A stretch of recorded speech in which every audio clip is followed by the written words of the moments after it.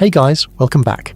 I really hope you're having a wonderful day, or far more likely given why you are here, a wonderful night. You have found your spot, you have arranged your blankets with the particular care that only a person who takes sleeping seriously brings to the task, and you are ready to let someone talk at you about history until your brain decides it has had enough and quietly checks out. I respect that. I am here for it. Tonight, and I do mean tonight specifically, because this one feels appropriate for the dark hours, we are going to talk about the night itself, or rather, about what happened in the night before there were streetlights, before there were screens, before there was any artificial light at all beyond a fire. We are going to talk about what early humans actually did when the sun went down, and I promise you, it is considerably more interesting, more strange, more human, and more relevant to your own life than you might expect. But before we go back to the very beginning of human nighttime, if you genuinely enjoy what I do here, please consider subscribing. It would mean the world to me. And drop a comment telling me where you're watching from and what time it is there. I am always genuinely delighted to discover how far these videos travel. Right, lights out. Let us begin. Chapter 1. The darkness before light.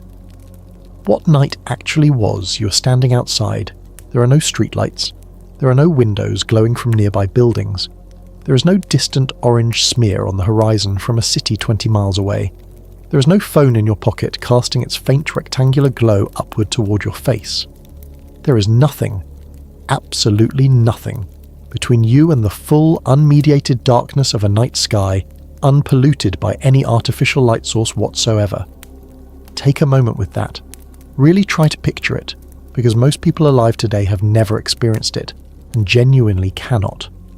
Studies conducted by astronomers and light pollution researchers have found that roughly 80% of the world's population currently lives under skies so contaminated by artificial light that they cannot see the Milky Way. The Milky Way, that dense, luminous river of stars that was for the entire history of humanity, up until about 150 years ago, simply a feature of every clear night sky that every human being who ever lived could see with their naked eye without doing anything special to see it, simply by looking up. Gone. Washed out. Replaced by a generic orange glow that means there are a lot of people nearby who need to be able to see their parking lots. For early humans, and when I say early humans, I mean the full sweep of Homo sapiens before industrialization, which is to say roughly the first 300,000 years of our existence as a species, night was a fundamentally different kind of experience than it is for us. It was darker, profoundly, comprehensively, sometimes terrifyingly darker. And it was longer, in the subjective sense. Not longer in terms of hours, obviously. The sun has been keeping a fairly consistent schedule for quite some time, but longer in the sense that there was no way to collapse it, no way to make it feel shorter by filling it with the electric light and the endless stimulation that we use today to essentially pretend that night is just a dimmer version of day. Night, for early humans, was its own world, a separate state of existence, a time governed by different rules, different dangers, different possibilities, different relationships, with each other, with the landscape, with the sky, with the darkness itself. Understanding what early humans did at night requires understanding, first, what the night was to them, not as a problem to be solved or a danger to be minimized, but as an environment to be navigated, a rhythm to be lived within, a fundamental feature of the human condition that shaped everything from biology to social structure to spiritual belief. Let us start with the biology, because it turns out that the human body has a great deal to say about what night was meant to be. And most of what it has to say is considerably more nuanced than the simple story of it got dark, everyone went to sleep, morning came, repeat. The human circadian rhythm, the internal biological clock that regulates sleep, wakefulness, hormone production, body temperature, digestion, and a remarkable array of other physiological processes, evolved over hundreds of thousands of years in response to the natural light-dark cycle of the planet. It is exquisitely calibrated to the patterns of sunlight and darkness in the natural world, and it is, from an evolutionary perspective, a masterpiece of biological engineering. It tells you when to be alert and when to slow down. It tells your body when to produce cortisol, the alerting hormone, and when to produce melatonin, the sleep hormone. It coordinates the timing of everything from cell repair to memory consolidation to immune function around the fundamental rhythm of day and night. What it does not tell you to do is sleep in one solid, unbroken 8-hour block from approximately 10 p.m. to 6 a.m.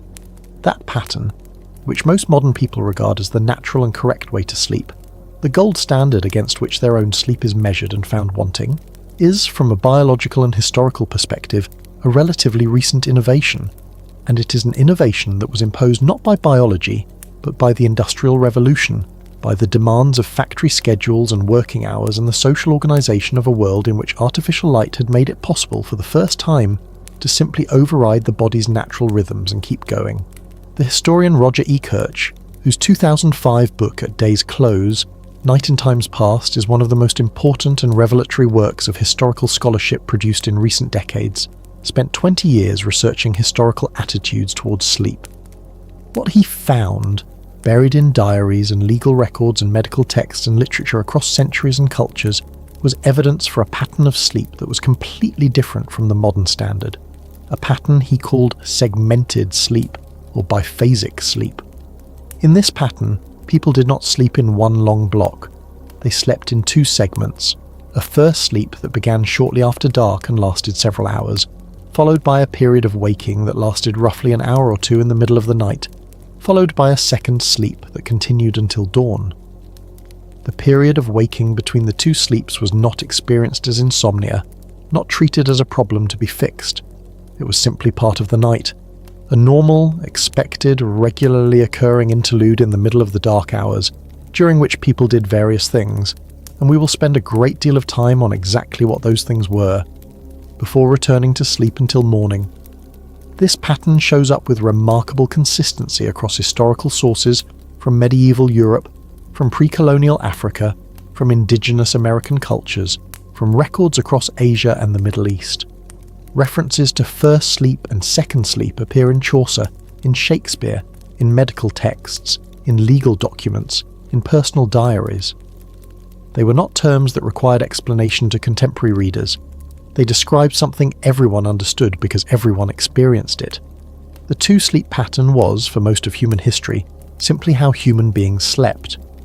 Sleep researchers studying contemporary populations who live without artificial light, populations in rural areas of countries like Madagascar, Namibia and Bolivia, where consistent access to electric light is limited, have found that these populations tend to naturally adopt sleep patterns that are closer to the historical biphasic model than to the modern 8-hour block. They do not necessarily sleep in two fully separate segments, but their sleep patterns are more flexible, more responsive to the natural light-dark cycle, and less rigidly organised around a single block of nighttime unconsciousness. They also, as a rule, appear to suffer considerably less from the specific misery of lying awake in the middle of the night convinced that something is wrong with them, because they are not operating under the assumption that they are supposed to be asleep.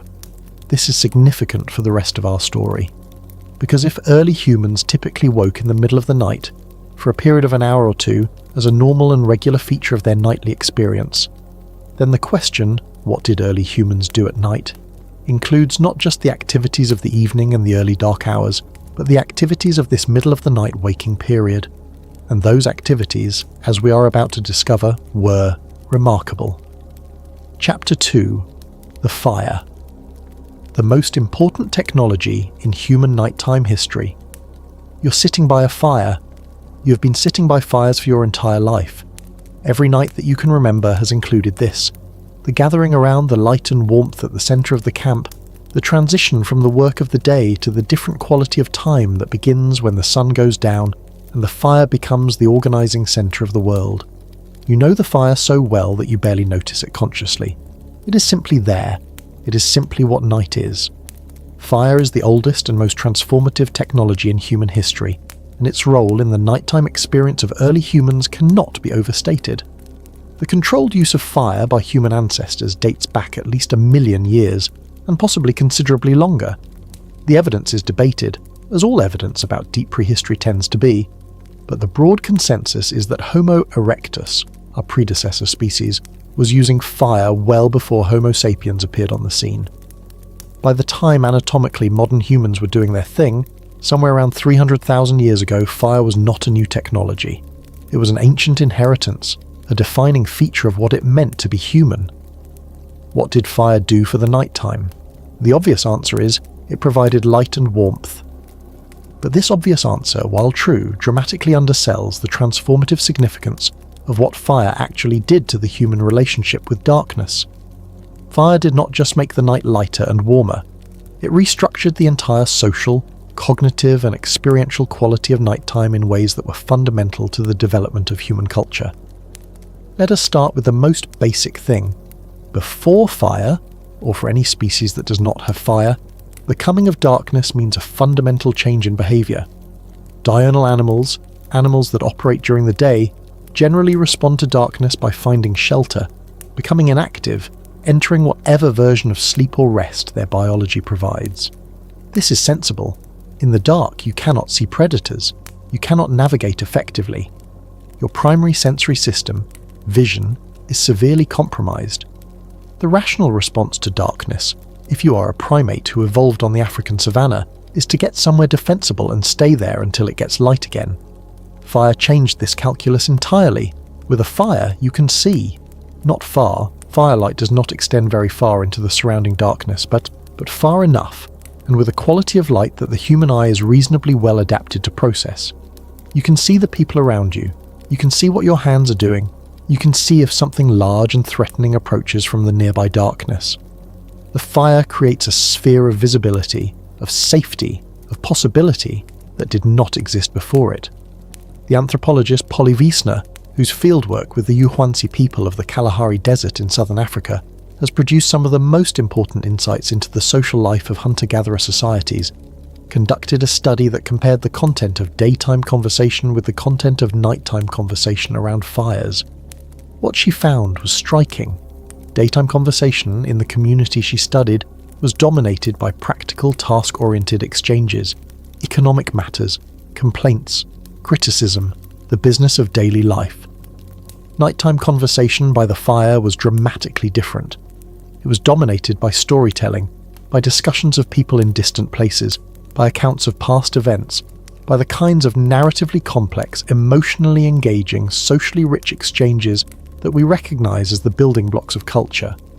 Wiesner's conclusion, supported by the data, was that firelight, specifically the kind of sustained, reliable, socially organizing light that a campfire provides, fundamentally changed the quality of human social interaction in ways that had profound implications for cognitive and cultural development.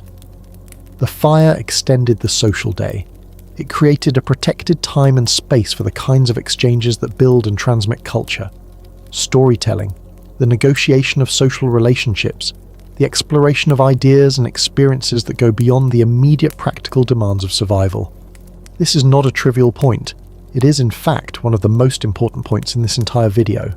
The campfire was not just a source of warmth and protection. It was, in a very real and documentable sense, the original social technology.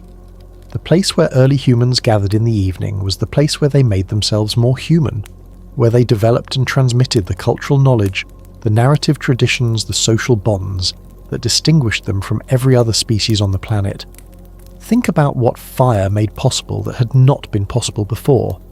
It made it possible to cook food, which, as the primatologist Richard Wrangham has argued in his book Catching Fire, may have been the critical development that drove the expansion of the human brain by making nutrients more bioavailable and reducing the energetic cost of digestion. It made it possible to work with materials after dark, to knap flint, to shape bone tools, to work on the practical necessities of life in the hours that would otherwise have been spent in enforced inactivity. It made it possible to gather together in a way that was safe. The fire kept large predators at a distance, creating a zone of relative security that allowed the social group to relax in ways that were not possible in the open darkness, and it made it possible to look at each other's faces. This sounds small, but it is not. The human face is an extraordinary instrument of social communication. We've evolved over millions of years a remarkable ability to read emotional states, intentions, relationships, and meanings from the faces of people around us. Firelight specifically illuminates faces in a way that makes this reading particularly vivid. The flickering quality of firelight, which modern researchers have found activates specific patterns of engagement in the human visual system, creates a particular kind of attentiveness to the faces in its glow. You notice things in a firelit face that you might not notice in flat daylight. The micro-expressions, the subtle shifts of emotion, the specific quality of a person's attention as they listen or speak. The social consequence of being able to see each other's faces in the firelit dark was, over thousands of generations, the development and refinement of the extraordinary human capacity for face-based social reading that we take entirely for granted today. The campfire was, in this sense, the original context for the development of the specific kind of social intelligence that makes human beings human. Not the only context, obviously. Human social life happens in many settings and many lights. But the nightly gathering around the fire, repeated across hundreds of thousands of years, was a consistent and powerful training ground for the social and cognitive capacities that define our species. There are practical dimensions of the fire that deserve attention too, because early human nighttime was not purely social and cognitive. It was also practical and physical in ways that the modern reader who lives in a world where the problems of darkness have been essentially solved may not immediately appreciate. Warmth was not a luxury. For early humans living in environments outside the tropics, and Homo sapiens spread rapidly across a wide range of environments, including environments with genuinely cold nights even in summer, the ability to maintain body temperature after dark was a genuine survival concern. Fire provided this. A good fire maintained through the night could be the difference between waking up and not waking up in cold climate environments. The management of the fire through the night, keeping it fed, preventing it from going out, being aware of its state during that middle of the night waking period, was a practical necessity that shaped the experience of nighttime in important ways. Protection was similarly non-trivial. The African savanna, where our species spent a significant portion of its evolutionary history, is genuinely dangerous at night. Lions are crepuscular and nocturnal hunters. Leopards are active after dark. Hyenas operate extensively in the dark hours. For small groups of humans sleeping in the open or in relatively exposed shelters, the threat of large predators was real and required practical management. Fire was one of the most effective deterrents. Most large predators have a deep instinctive wariness of fire that kept them away from campsites in ways that allowed the humans within the firelight's circle to sleep more safely than they otherwise could. The fire was also, and this is sometimes overlooked, a social obligation. In many hunter-gatherer societies, the maintenance of the communal fire was a shared responsibility. It belonged to everyone, which meant it was everyone's job to keep it going.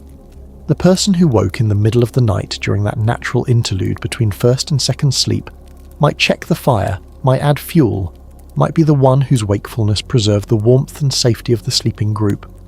The fire created a social role for the middle of the night waker, a practical purpose for that waking period that integrated it into the life of the community, rather than leaving it as a solitary, purposeless interlude of consciousness. The psychological dimension of fire, its effect on the mental and emotional experience of early humans, is also significant and worth dwelling on. Fire is hypnotic. This is not a metaphor. Research by the anthropologist Christopher Lynn has found that watching fire produces measurable reductions in blood pressure and heart rate in human subjects, physiological markers of relaxation and reduced stress. The flickering, unpredictable motion of flames, which cannot be predicted but also cannot quite be looked away from, appears to engage the human attentional system in a specific way that is both stimulating and calming simultaneously. It holds the attention without demanding active cognitive effort. It is, in this respect, the original version of the television, a light source that you watch in the dark, that tells you no explicit story but keeps you pleasantly engaged, that relaxes you while keeping you gently alert. The early human sitting by a fire in the evening watching the flames was doing something that their biology was well adapted to, and that their psychology was well organised around. It was genuinely restful, in a way that is subtly different from the rest of unconscious sleep. It was a transition from the full alertness of the active day to the full relaxation of sleep that served the biological purpose of winding down the nervous system in a gradual and gentle way. It was, in short, remarkably good for you. Which is one reason why so many people today, given the opportunity to sit by a fire in the dark, find it almost irresistibly pleasant despite having no practical need for it whatsoever. The pleasure is ancient. The body remembers what the mind has forgotten. Chapter 3: Stories in the Dark. The birth of narrative. You're listening. Around the fire, the light is warm and the darkness beyond it is absolute, and the person speaking has been speaking for a while now, long enough that the younger members of the group have shifted closer, drawn in by the particular quality of attention that a good story creates, the feeling of being both inside something and carried by it simultaneously. The story is not new. You've heard versions of it before. Everyone around this fire has heard versions of it before, but it sounds different in the dark, told in this voice. With the fire moving like this and the stars like that overhead, storytelling is one of the oldest human activities, and the campfire is its original context. We know this not from direct evidence. We cannot watch a Paleolithic story session, and the stories themselves left no durable physical trace, but from inference, from the ethnographic record of contemporary hunter-gatherer societies, from the cognitive science of narrative, and from the remarkable consistency with which storytelling appears, embedded in nighttime fire-gathering across cultures that have no historical connection to each other. The Yuhuanzi study we mentioned in the previous chapter found that storytelling dominated nighttime conversation by a remarkable margin. Stories about people, stories about animals, stories about the spiritual world, stories about historical events, stories that encoded moral and practical wisdom in narrative form. These were the primary content of the firelit evening for a contemporary hunter-gatherer society, and there is every reason to believe, given the evolutionary and cognitive logic of the situation, that this pattern extends back to the earliest Homo sapiens, and possibly earlier. Why does storytelling happen at night, around the fire? The answer is not accidental. It is deeply rooted in the specific qualities of the nighttime environment and the specific effects of fire on human attention and social behaviour. Night and fire change the social dynamic of a human group in specific ways. The darkness outside the firelight creates a boundary, a circle of us versus a surrounding otherness that is simultaneously familiar and unknown. This boundary creates a feeling of interiority, of shared enclosure, that is different from the open social interactions of the daylight hours. You are, around a fire at night, more thoroughly together with the people around you than you are in any other context. The darkness pushes you inward, toward each other, toward the warm centre of shared experience. This quality of togetherness, enforced, intimate, warm, is the ideal context for narrative. Stories require a teller and an audience, and they work best when the audience is genuinely present, genuinely attentive, genuinely invested in the experience of being told something. The campfire, with its hypnotic flickering light, and its boundary of darkness and its small warm circle of shared experience, creates exactly these conditions. The audience is captive in the best possible sense. They are there. They are relaxed. They are in the particular cognitive state that fire-gazing induces, which research suggests is one of increased openness to narrative and social information. The content of prehistoric storytelling is obviously something we cannot directly access, but we can make some educated inferences from the available evidence. The cave paintings that early humans left behind, the extraordinary images at Chauvet, at Lascaux, at Altamira, at hundreds of other sites across the world, created between approximately 40,000 and 12,000 years ago, tell us something about what was on the minds of Paleolithic people. Animals dominate: bison, horses, aurochs, mammoths, deer, rhinoceroses, bears. Human figures appear sometimes in complex scenes that seem to depict hunting or ritual or transformation. Geometric signs and symbols appear with a frequency and consistency that suggests they carried specific meanings within a shared symbolic system. These images were almost certainly connected to narrative, to stories about the animals, about the hunts, about the spiritual or mythological significance of the creatures depicted. The specific connection between the paintings and storytelling is debated, but the broad point seems secure. The people who made these images lived within a rich narrative culture, a world populated by stories that gave meaning to the animals and the landscapes and the experiences of their lives. And those stories were almost certainly told primarily in the specific social context of the nighttime fire. The practical function of storytelling in hunter-gatherer societies goes considerably beyond entertainment. Stories are one of the primary mechanisms by which human societies transmit knowledge from one generation to the next, and in a world without writing, Without any external storage medium for information, stories are the archive.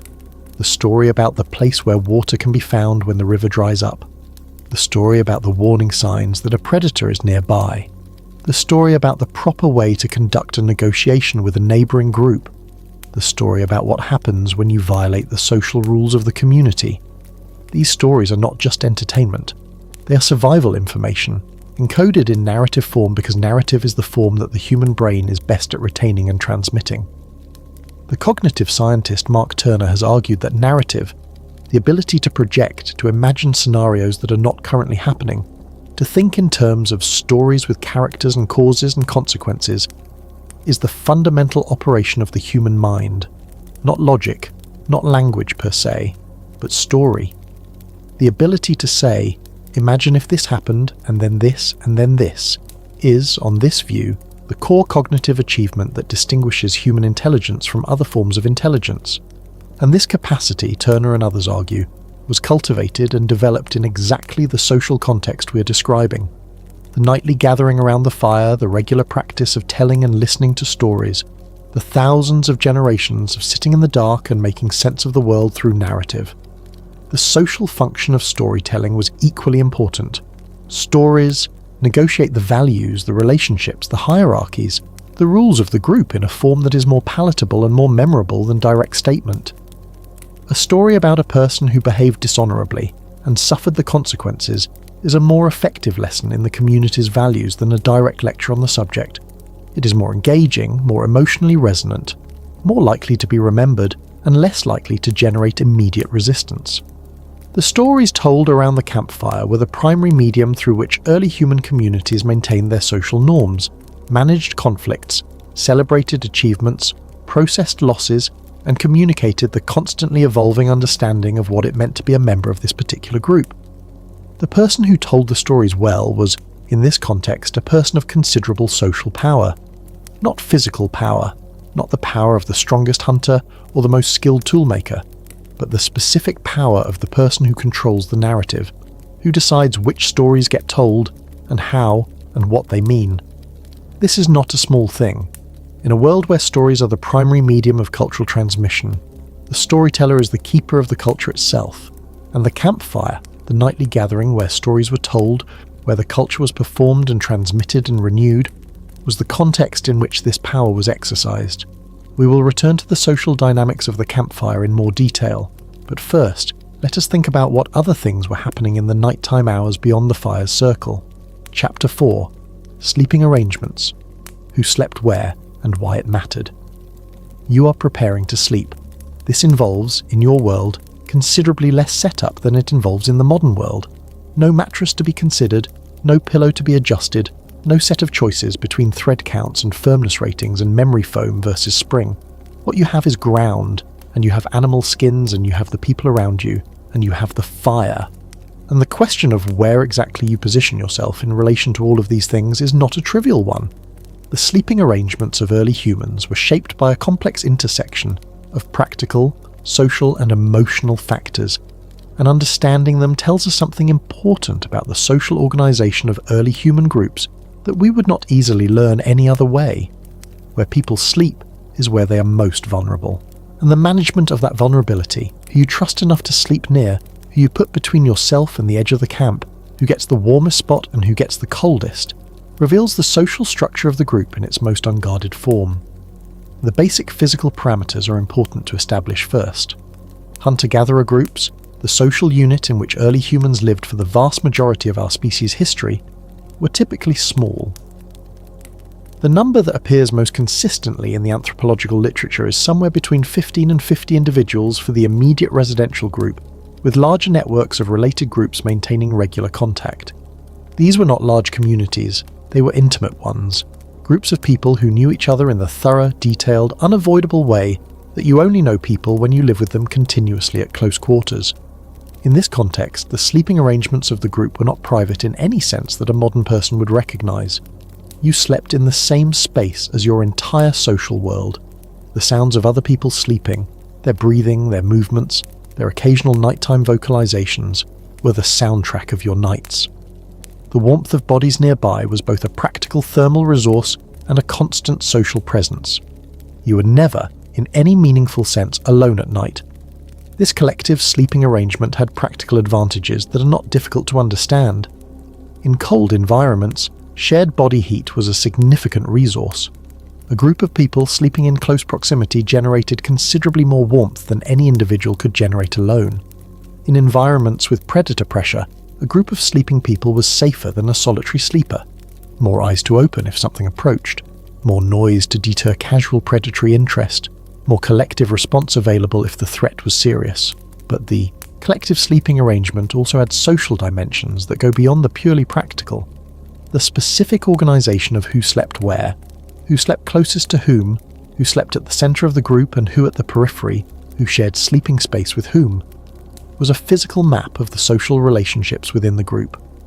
Mothers slept with young children, obviously. Paired adults slept together. Close kin clustered near each other. The social geography of the sleeping group was a spatial representation of the social bonds and hierarchies of the waking community. Research on contemporary hunter-gatherer societies has found that sleeping arrangements are taken seriously as social matters, that the specific configuration of who sleeps near whom is negotiated, sometimes explicitly, in ways that reflect and reinforce the social structure of the group.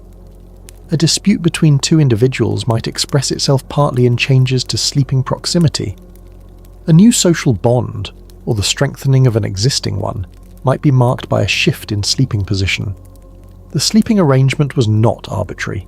It was meaningful, and the people within it understood its meanings. The question of sleep quality is also worth considering, because it bears on everything else about the nighttime experience of early humans. Modern sleep science has developed a detailed picture of what good sleep looks like, the proper progression through light and deep sleep stages, the importance of REM, sleep for memory and emotional processing, the physiological restoration that happens during deep sleep. How did early humans sleep compare to these standards? The honest answer is, better in some ways, worse in others, and different in ways that do not map cleanly onto modern categories at all.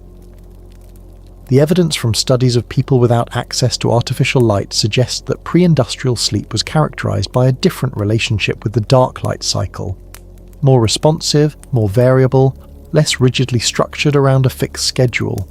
The body was more directly governed by the natural rhythms of light and temperature, which in some environments meant sleeping longer in winter and shorter in summer, which meant going to sleep earlier in the absolute dark of a moonless night and later under a bright full moon, which meant responding to natural variation rather than imposing a fixed schedule on the biological clock. The physical environment of sleeping was, by modern standards, harder in obvious ways. Ground is less comfortable than a mattress, regardless of how accustomed to it you are. But there is evidence that the specific quality of sleep on the ground, particularly in terms of sleep stage cycling, may not have been dramatically worse than modern sleep in a bed. What was clearly different was the social context of sleep, which was far more collective, far more integrated into the life of the group, and far less sharply bounded from waking life than modern sleep tends to be. The boundary between sleep and waking in early human nighttime experience was permeable in ways that have implications for everything else we will discuss. People woke in the night. We have established this, the biphasic sleep pattern was the norm, but the waking was not experienced as a sharp, jarring transition from unconsciousness to full alertness, as it tends to be in the modern world when it happens at an unexpected time. It was a gradual, natural emergence into a state of quiet wakefulness, in the familiar darkness, surrounded by the familiar sounds and smells and warmth of the sleeping group with the fire still going nearby. It was, in short, a gentle transition into a gentle state, the state of middle-of-the-night wakefulness that Roger E. Kirch's research has documented so extensively, and that was, for most of human history, simply part of what nights were.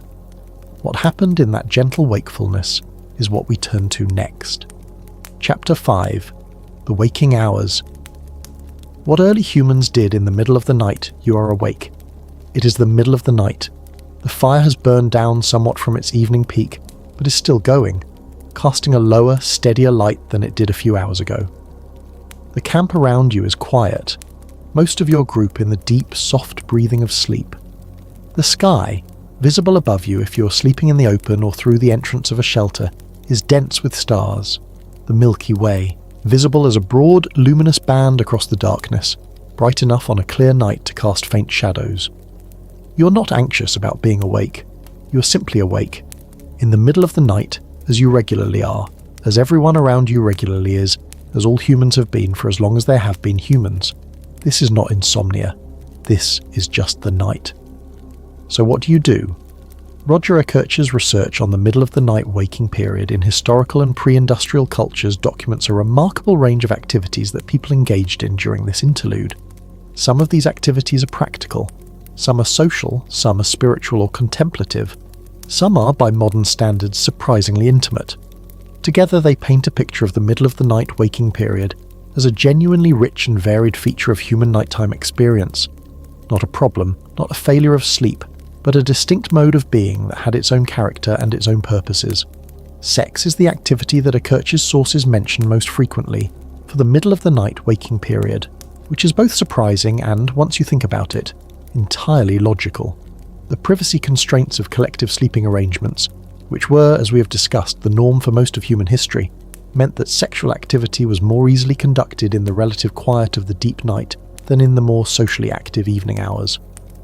Medical texts from medieval Europe specifically recommended sex during this waking period, noting that it was the time of night when both partners were most likely to be simultaneously awake and relaxed, and that the conditions were therefore favourable. The anthropological record from various hunter-gatherer societies similarly notes that the middle of the night was understood as an appropriate time for sexual activity between partners. This is interesting not just as a piece of historical trivia, but as a window into how early humans organised their intimate lives around the natural rhythms of the night. Sexual behaviour was embedded in the natural structure of the Baphasic sleep pattern in a way that made it a regular, recurring, naturally timed feature of nighttime life, rather than something that required specific arrangement or special conditions. Prayer and spiritual practice appear consistently in the historical and ethnographic record as activities of the middle of the night waking period. Medieval Christian sources recommend specific prayers for the waking period between first and second sleep. The canonical hour of matins, which monks were required to rise for in the middle of the night, may have been designed to align with this natural waking period, rather than impose a completely artificial interruption of sleep. The idea of the middle of the night as a spiritually potent time, a time when the boundary between the human world and the spiritual world was thinner, when dreams and visions were more accessible, when the divine was somehow more present, appears across an extraordinary range of cultures and religious traditions. For early humans specifically, the spiritual significance of the middle of the night waking period was probably connected to several things simultaneously. The quality of consciousness in this state, which is genuinely different from either full waking alertness or sleep, may have been experienced as a kind of liminal state, a threshold condition in which the ordinary perceptions of waking life were softened, and something else, something less bounded and more expansive, became accessible.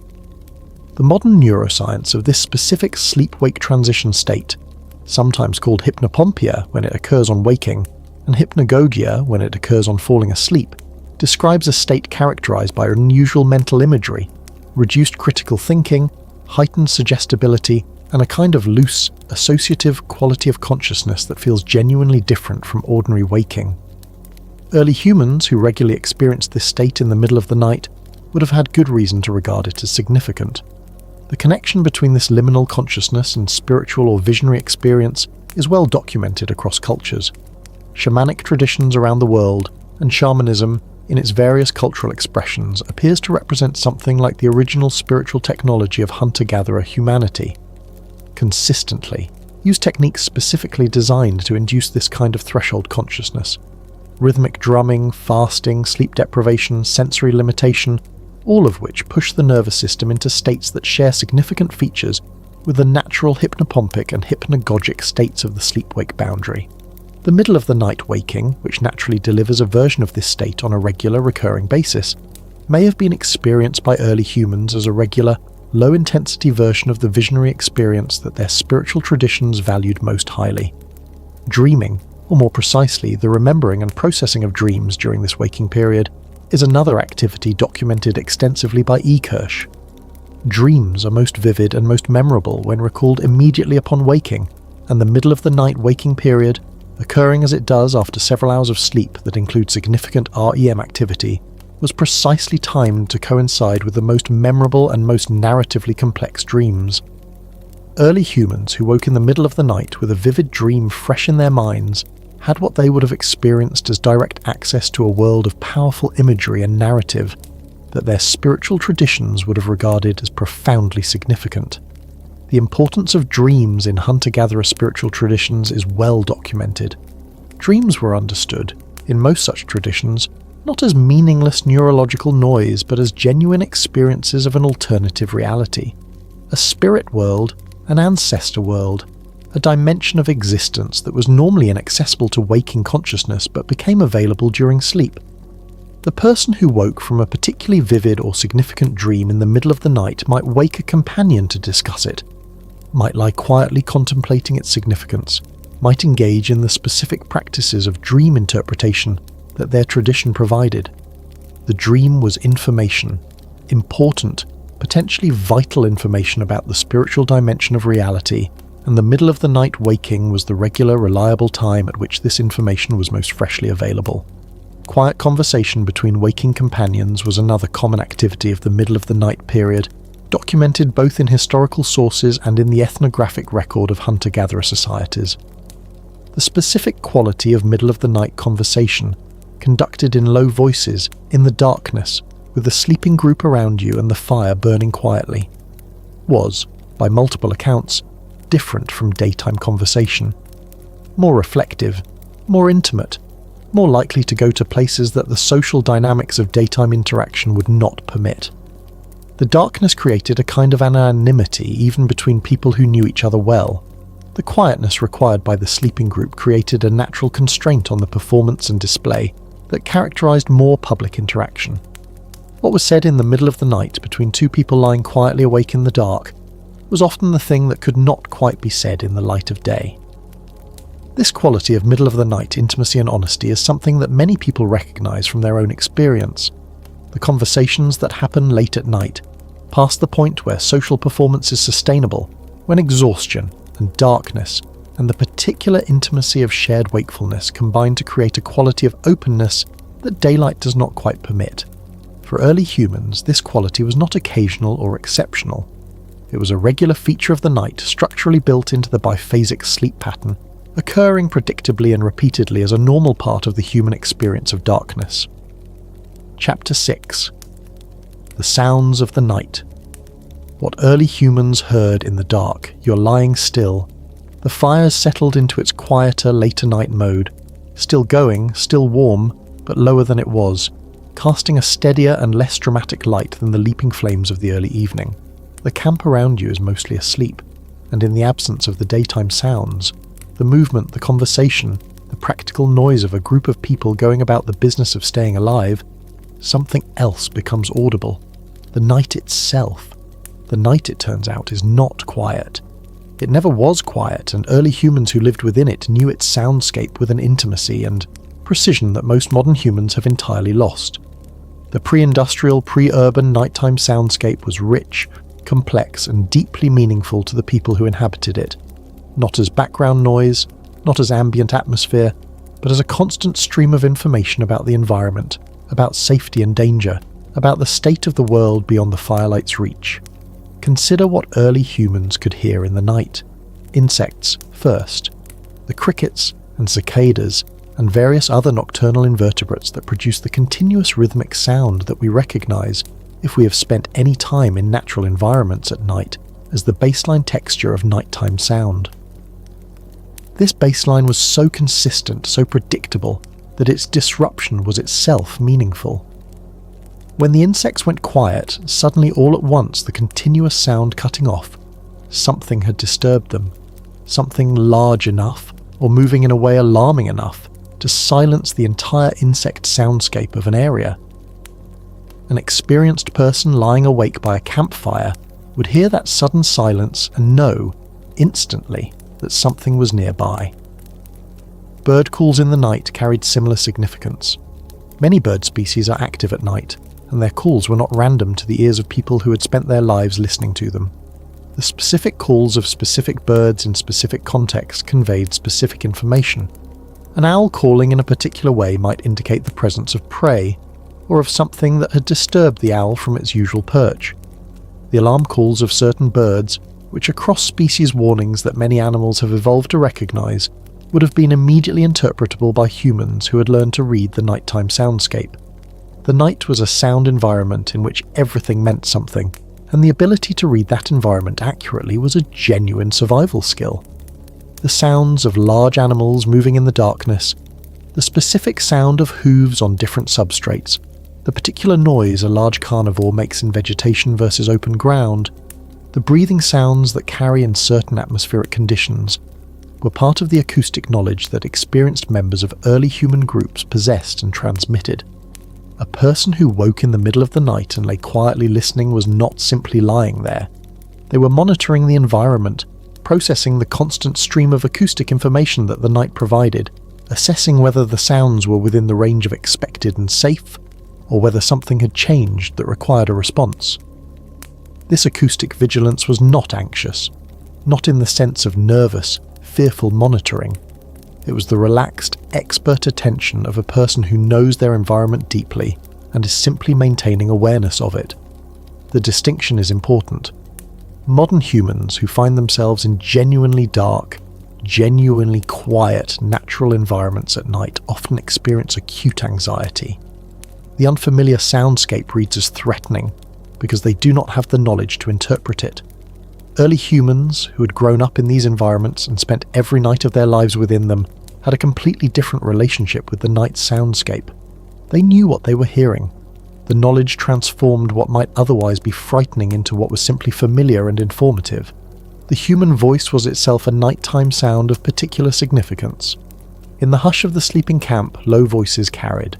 Conversation that would have been unremarkable in the daytime social noise of a busy group became something more intimate and more charged in the nighttime quiet.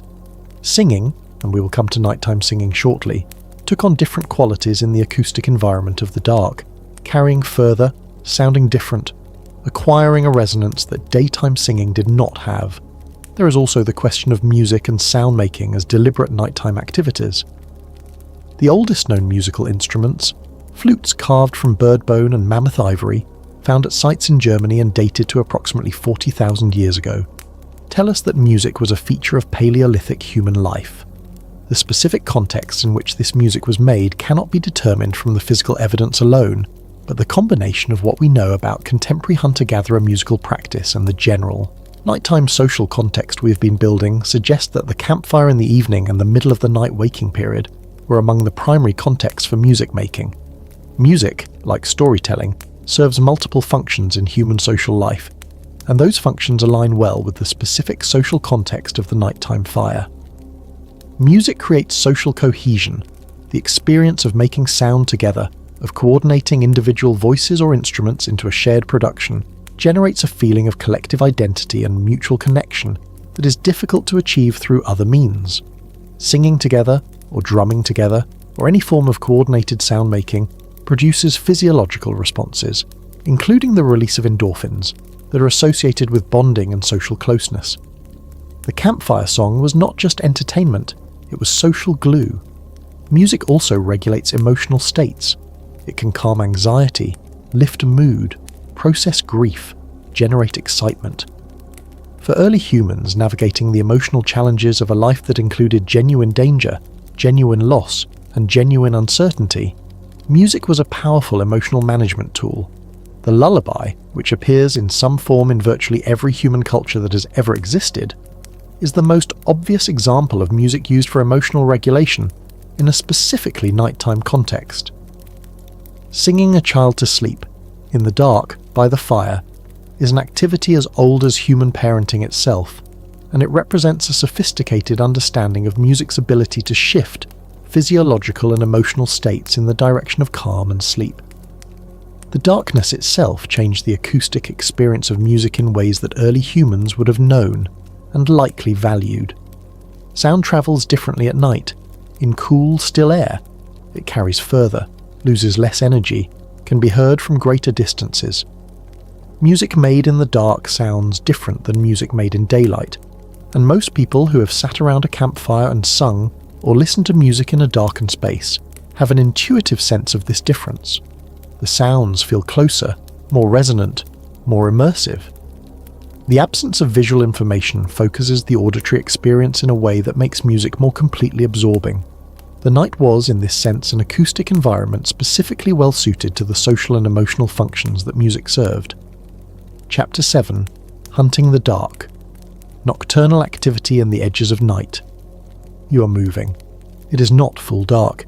It is the specific quality of pre-dawn darkness that exists in the hour before the sky begins to lighten, when the stars are still fully visible, but the absolute blackness of midnight has softened very slightly at the eastern horizon into something that is not quite yet light, but is no longer quite the same as the deep dark of the middle hours. Your feet know the ground here. You have walked this area in daylight enough times that the general topography is in your body as much as your mind. Though you're still moving carefully, still attending to the surface under your feet with the specific heightened attention that darkness requires, you are hunting.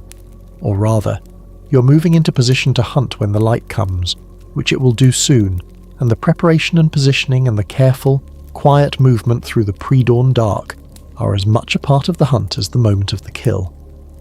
The relationship between early humans and nighttime hunting is more complex than the simple picture of diurnal humans who slept through the night and hunted only by day. The reality, suggested by multiple lines of evidence, is considerably more nuanced. Early humans were primarily diurnal. Our visual system, as we have noted, is optimized for daylight, and our physical capabilities are better suited to the conditions of the day than the dark. But the edges of the night, the dusk and the pre-dawn hours, were times of significant human activity, and full nighttime hunting was not unknown, particularly in specific ecological contexts and with specific technologies. The dusk and dawn hours, the crepuscular periods that bracket full darkness, are ecologically significant in ways that early humans would have understood and exploited. Many prey species are crepuscular, most active around dawn and dusk, taking advantage of the transitional light conditions to feed, while the heat of midday has passed and before the full vulnerability of darkness arrives. Early human hunters who positioned themselves appropriately at these transitional times could access prey species in their most active and least guarded moments, before the full sensory advantages of daylight were available to alert the animals to human presence. The tracking of prey that was begun in daylight could be continued after dark, particularly in environments where the ground held tracks well, and where moonlight or starlight provided enough ambient illumination for experienced trackers to follow a trail. The San people of southern Africa, whose tracking skills are among the most sophisticated ever documented, and who represent perhaps the closest living analogue to the hunter-gatherer lifestyle of our deep past, have been observed continuing tracks after dark under favourable light conditions, using a combination of visual cues and accumulated knowledge of the animal's behaviour to maintain a pursuit through conditions that would completely defeat a less experienced tracker. Fire played a specific role in some forms of nighttime hunting. Fire driving, the use of fire to direct prey toward waiting hunters or toward terrain where they could be more easily killed, is documented in various hunter-gatherer societies and would have been practical in a range of ecological contexts. Driving game with fire required coordination and planning, could be conducted in conditions of relatively poor light, and could achieve results that individual hunting in daylight could not. The traces of ancient fire use in landscapes, patterns of burning that appear to be associated with human activity rather than natural fire cycles, have been interpreted by some researchers as evidence of deliberate landscape management through fire, which may have included hunting-related burning. Trapping and snaring, technologies that work while the hunter sleeps, were almost certainly part of the early human technological repertoire, though perishable trap materials have left little direct archaeological evidence. The logic of trapping is specifically adapted to the rhythms of the day-night cycle. You set the trap in the late afternoon, you sleep through the night, you check the trap in the morning. The trap works while you do not. It is, in a sense, a technology for making the night productive without requiring the human to be active during it. The design of effective traps and snares, and the selection of appropriate placement for different prey species at different times of year, required a sophisticated understanding of animal behaviour that included detailed knowledge of nocturnal movement patterns. Fishing, in environments where waterways were available, had its own nighttime dimension. Many fish species feed actively at night, and fishing techniques adapted to nighttime conditions. The use of torches to attract fish to the surface, netting in shallow water by torchlight, the exploitation of spawning runs that often peak in the dark hours would have been available to early humans with access to relevant water bodies. The use of firelight to attract fish and other aquatic creatures to the surface of the water is documented in numerous historical and ethnographic contexts and represents a specific and effective application of fire technology to food acquisition in nighttime conditions. The broader point is that early humans were not simply passive and inactive during the dark hours, waiting for daylight to resume useful activity. The night had its own ecological logic, its own productive possibilities, that experienced hunter-gatherers would have understood and exploited in ways calibrated to their specific environment and the specific resources available to them. The image of early humans cowering by the fire through the long, dark hours, doing nothing useful until dawn, is both romantically appealing and significantly inaccurate. They were more capable, more active, and more strategically sophisticated than that image suggests. Chapter 8. The Politics of the Campfire. Social hierarchy and the nighttime group. You're paying attention to where people sit. This is not something you would necessarily describe as a conscious activity. It is simply something you notice, in the way that you notice all of the social information that flows constantly through the group, because social information is survival information, and you have been reading it since, before you could walk. But tonight, the seating around the fire is telling a story, and the story is an interesting one. The campfire, as we have established, was the social centre of the early human night. It was where the group gathered, where stories were told, where food was shared, where the transition from the active day to the quiet night was made collectively. But it was also, inevitably, a political space, a space in which the social hierarchies and power relationships of the group were performed, negotiated, and sometimes contested. The specific question of who sits where at a fire is not trivial. The warmest, most comfortable positions, closest to the fire, sheltered from the prevailing wind with the best view of the surrounding darkness, were positions of privilege. Who occupied these positions? Who was displaced from them? Who was invited to move closer? And who was relegated to the edges? These were social acts with social meanings, and they did not happen randomly. They happened according to the logic of the group's social structure, and they reinforced that structure by making it physically visible on a nightly basis. In most hunter-gatherer societies, social hierarchy is considerably more fluid and egalitarian than in the agricultural and pastoral societies that came later. The specific conditions of hunter-gatherer life, the necessity of cooperation, the inability to accumulate significant property in a mobile lifestyle, the dependence of every individual on the competence and goodwill of the group, create structural pressures against the development of rigid hereditary hierarchy.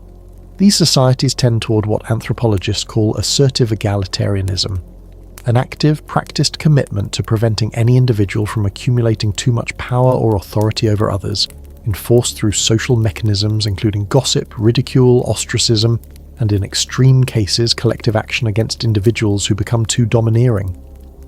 The campfire was one of the primary arenas in which this egalitarianism was maintained and enforced. The evening gathering was the time when social debts were settled, when the day's hunting and gathering was shared according to the group's norms of distribution, when disputes were aired and resolved through the mechanisms of collective discussion, mockery, and negotiation. The anthropological literature on contemporary hunter-gatherer societies consistently finds that the evening campfire is the primary venue for the informal social governance of the group, the place where the rules are applied, the norms are reinforced, and the ongoing negotiation of status and relationship is conducted. The sharing of food at the campfire is perhaps the most immediately important of these social processes. In hunter-gatherer societies, food sharing is not simply a practical matter of getting nutrition to everyone who needs it. It is a moral and social act, governed by elaborate norms that specify who gets what, in what order, in what quantities, and through what kinds of social exchange. The person who brings in a large kill is not necessarily the person who gets the most meat. The rules of distribution typically require that the hunter give away most or all of the kill to others, receiving in return social credit, reciprocal obligations, and the specific kind of status that comes from demonstrated generosity. The campfire was where this distribution happened, and it was therefore where the social implications of the day's economic activities were worked out. Who gave generously? Who tried to hold back more than their share? who had contributed to the group's food supply and who had not, who deserved preferential treatment and who needed to be reminded of their obligations. All of this was conducted in the social space of the evening fire, in the light that made everyone visible to everyone else, in the presence of the entire group that would enforce or resist the norms being negotiated. The role of humour in these social processes deserves specific attention, because it is easy to underestimate and it is genuinely important. Anthropologists studying hunter-gatherer groups have consistently observed the central role of humour, particularly teasing, mockery and joking, in the social life of the campfire. Someone who behaves in a way that violates group norms, or who tries to claim more status or more resources than the group considers appropriate is typically not confronted directly. They are teased, they are joked about, stories are told, funny stories, in which someone very like them does the same thing and looks foolish. The social correction is administered through humour rather than direct confrontation, which makes it both more effective. It is harder to argue against a joke than a direct accusation, and less socially damaging because it allows the target to absorb the correction without losing face entirely. This use of humour as a social control mechanism is not unique to hunter-gatherer societies. It is a human universal, something that every human social group does in various forms. But it is particularly well developed and particularly central to the social life of hunter-gatherer campfires, and it suggests something important about the cognitive and social capacities that the nightly gathering around the fire was cultivating. The ability to make a joke that conveys a serious social message, that corrects behaviour without triggering defensive resistance, that maintains the social bonds of the group while still enforcing its norms. This is a sophisticated social and cognitive skill, and it was being practiced, honed, and transmitted every night, around the fire, in the darkness, for hundreds of thousands of years. The question of leadership at the campfire is interesting and somewhat counterintuitive. In egalitarian hunter-gatherer societies, there is rarely a formal leader, a single individual with recognised authority over the group's decisions. But there are always individuals whose voices carry more weight than others, whose opinions are more carefully attended to, whose stories are listened to more completely. These are not necessarily the strongest or the most physically dominant members of the group. They're often the most skilled storytellers, the most socially intelligent, the most knowledgeable about the environment and the group's history. They are the people who can hold the fire's attention, who can tell a story that keeps everyone listening, who can navigate a social dispute with enough skill to produce a resolution that most people accept, who can read the group's mood and respond to it in ways that maintain cohesion. The campfire was, in this sense, the original meritocracy of social intelligence. The person who could talk well, think well, tell stories well, navigate relationships well. That person had power in the fire's circle in a way that was not dependent on physical dominance or inherited privilege. And this specific kind of social power, the power of the person who can shape the narrative, who can hold the room, who can make people laugh and think and feel, was cultivated and selected for in the specific social environment of the nightly campfire, across an enormous stretch of human evolutionary history. Chapter 9. Nighttime Ritual and Ceremony. The sacred hours of darkness. You're not quite asleep and not quite awake. The fire has been built higher than usual tonight. This is not an ordinary evening, and its light reaches further into the surrounding dark, and the sounds coming from the group around it are different from the everyday sounds of the regular nightly gathering. There is a rhythm to the sound, a repetition that has been going on long enough to have altered the quality of your consciousness in ways that are subtle but real. The stars overhead are the same stars they always are, but tonight they seem closer, more present, more attended to. Something is happening that does not happen every night. A ceremony, a ritual, an occasion marked as different from ordinary time by the specific actions being performed and the specific frame of meaning within which those actions are understood. And the darkness is not incidental to what is happening. The darkness is part of it, essential to it, in a way that would be difficult to articulate but that everyone present understands without articulation. The role of darkness in human ritual and ceremonial life is ancient, pervasive, and deeply connected to the specific qualities of nighttime consciousness that we have been discussing throughout this video. Ritual and ceremony, in virtually every human culture that has ever been studied, make specific use of darkness, of the night, of darkened spaces, of the particular quality of awareness and openness that darkness and fire together produce in the human nervous system. The reasons for this connection are not mysterious once you understand the neuropsychology involved. Ritual is designed to produce specific altered states of consciousness, states of heightened emotion, reduced critical thinking, increased suggestibility, and enhanced susceptibility to the kinds of collective experience that build social bonds and reinforce shared beliefs.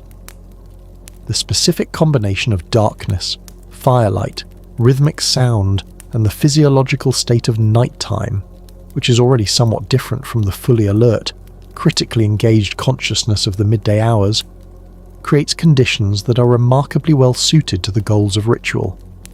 The darkness reduces the visual information that the brain is processing, which reduces the dominance of the analytical reality testing functions of the conscious mind. The firelight provides a visual anchor that is hypnotic in the specific way we have described, engaging without demanding active processing. The rhythmic sound, drumming, chanting, singing, entrains the nervous system in ways that have measurable effects on brainwave patterns, pushing consciousness towards states that are more emotionally open, more collectively oriented, more amenable to the kind of intense shared experience that ritual is designed to produce. And the nighttime physiological state, with its natural tendency toward the liminal consciousness of the sleep-wake boundary, provides a foundation that the ritual techniques can build upon. The result, for a human group gathered around a fire at night and engaged in coordinated ritual activity, is something qualitatively different from ordinary social interaction. It is an experience of collective consciousness, a feeling of being genuinely, deeply, uncomplicatedly together with the people around you, of sharing not just space but something more fundamental and less easily described. This experience is what ritual is designed to produce, and the nighttime campfire environment produces it with a reliability and intensity that daytime ritual can match only with considerably more effort. The specific forms of early human nighttime ritual cannot be directly observed, but the cave paintings give us tantalizing hints. The paintings at Chauvet, at Lascaux, at other Paleolithic sites are located deep in caves, in some cases at the ends of passages that require significant effort to reach, in complete darkness that would have been penetrated only by fire torches. The experience of entering these caves with torches, of seeing the paintings emerge from the darkness as the light moved across the walls, of hearing the sounds of one's own voice echo in chambers of strange acoustics. This was not a casual or incidental experience. It was, researchers have argued convincingly, a deliberately constructed altered state, a theatrical environment designed to produce specific psychological and spiritual effects on the people who entered it. The cave as ritual space is a compelling idea, and it aligns well with what we know about the use of darkness in ritual contexts more broadly. The darkness of the deep cave, total, complete, unlike any darkness experienced in the open night where at least starlight provides some ambient illumination, would have been genuinely extraordinary to early humans who encountered it. Moving through that darkness into a firelit chamber, seeing images of animals emerging from the rock surfaces as the torchlight moved, hearing sounds reflected back in ways that the outside world did not produce. This was an experience specifically calibrated to the altered state of consciousness that the ritual context was designed to create. The connection between nighttime ritual and the management of fear and anxiety is also worth considering. Life for early humans was genuinely dangerous, genuinely uncertain, genuinely beyond their ability to control in many of the ways that matter most. Illness, injury, the unpredictability of food supplies, the threat of violence from other groups, the constant presence of predators. These were real and pressing concerns that generated real anxiety in people who were dealing with them. Ritual provided a mechanism for managing this anxiety, not by solving the underlying problems, which ritual cannot do, but by creating a sense of shared meaning, shared agency, and shared connection to something larger than the individual or the small group that made the uncertainty feel more bearable. The night was particularly important in this anxiety management function, because the night was specifically when many of the fears of early human life were most pressing. Predators were more active, visibility was reduced, the small group was isolated in their circle of firelight, while the surrounding darkness held everything that could not be seen and therefore could not be assessed. The nighttime ritual, the ceremony that transformed the threatening dark into a meaningful spiritual landscape that connected the frightened human group to powers and ancestors, and cosmic forces that were understood as benevolent, or at least appeasable, was a psychological technology for making the night livable. Ancestor veneration, the practice of maintaining a connection with the dead, of understanding the deceased as ongoing presences in the life of the group, appears across an extraordinary range of human cultures and deep into prehistoric time.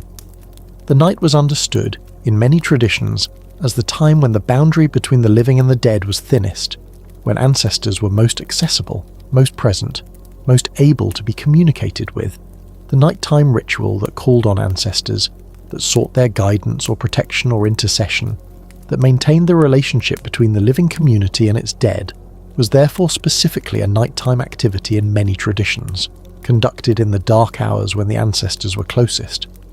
This understanding of the night as spiritually potent, as a time of special access to dimensions of reality not available in ordinary daylight consciousness, is one of the most consistent features of human spiritual life across cultures and across time. It is not coincidental. It reflects something real about the specific qualities of nighttime consciousness and nighttime experience that made the dark hours feel genuinely different from the daylit world. More open, more strange, more connected to things that could not be seen or fully understood but that seemed nonetheless present and real. Chapter 10. Reading the Sky. Early Humans and the Night Sky. You're lying on your back. The fire is low and the night is clear, and the sky above you is doing what the sky does on clear, moonless nights, far from any source of artificial light, which is to say, it is being astonishing. The Milky Way is visible as a physical presence, a band of dense light that appears almost three-dimensional, that has texture and depth that you can see if you look long enough. Individual stars are not just points of light. They are part of patterns that you know, as well as you know the features of the landscape around your camp. You have been looking at this sky your entire life, and it is as familiar to you as a map, and far more beautiful. The relationship between early humans and the night sky is one of the most remarkable chapters in the entire story of what they did at night, and it is one that modern humans, who have largely lost access to the sky that their ancestors knew so intimately, tend to significantly underestimate. The night sky was not, for early humans, a decorative backdrop to their nighttime activities. It was a functional, practically essential resource, a navigation system, a calendar, a clock, a source of myth and meaning and cultural identity that they attended to with the same careful, expert attention that they brought to every other feature of their environment. Navigation by stars is one of the oldest and most universal human skills. The ability to determine direction at night, to know which way is north in the northern hemisphere by finding the North Star, or to use the Southern Cross as a directional guide in the southern hemisphere, or to use the rising and setting points of specific stars to determine cardinal directions in regions where neither of these specific stars is available, is a skill documented across a remarkable range of traditional cultures and would have been essential to hunter-gatherer groups moving across landscapes at night or in unfamiliar territory. The Polynesian navigators, whom we mentioned briefly in a different context, represent perhaps the most extraordinary development of stellar navigation in human history. They crossed thousands of miles of open ocean using the stars as their primary navigational instrument, with a precision that modern researchers have described as stunning. But stellar navigation as a basic survival skill was considerably more widespread than the extraordinary Polynesian case. It was, in various forms and with various degrees of sophistication, a feature of hunter-gatherer life wherever people needed to move through landscapes at night or find their way across terrain that did not offer clear landmarks. The sky as calendar is equally important and equally universal. The rising and setting of specific stars at specific times of year provides an accurate seasonal calendar that can be read without any instruments and without any writing. It is encoded in the sky itself, updated automatically, readable to anyone with the knowledge to interpret it. The Pleiades star cluster, for example, whose rising and setting at specific times of year mark important agricultural and seasonal transitions, is one of the most widely used astronomical timekeepers in the ethnographic record. It appears in the traditional calendars of cultures across Europe, Africa, Asia, the Americas, and the Pacific, used in contexts ranging from the timing of planting to the scheduling of ceremonies to the management of animal migrations. early humans who spent their nights outside, or who slept in ways that gave them regular access to the night sky during their middle-of-the-night waking period, were in a position to develop and maintain an intimate, detailed knowledge of stellar patterns and their seasonal changes that is essentially impossible to acquire in the modern world. You cannot learn the sky the way they knew it unless you see it the way they saw it.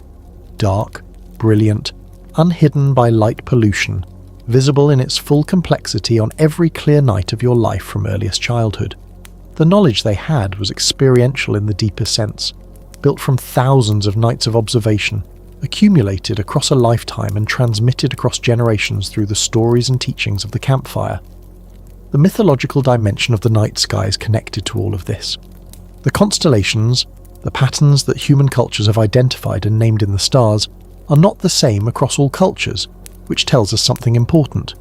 Different cultures have identified different patterns, named them differently, told different stories about them.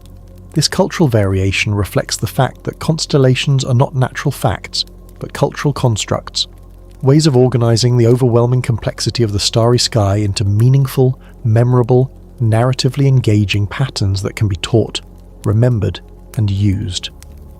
The stories told about constellations served the same dual function as all campfire stories. They were simultaneously entertaining and informative, simultaneously cultural productions and practical knowledge.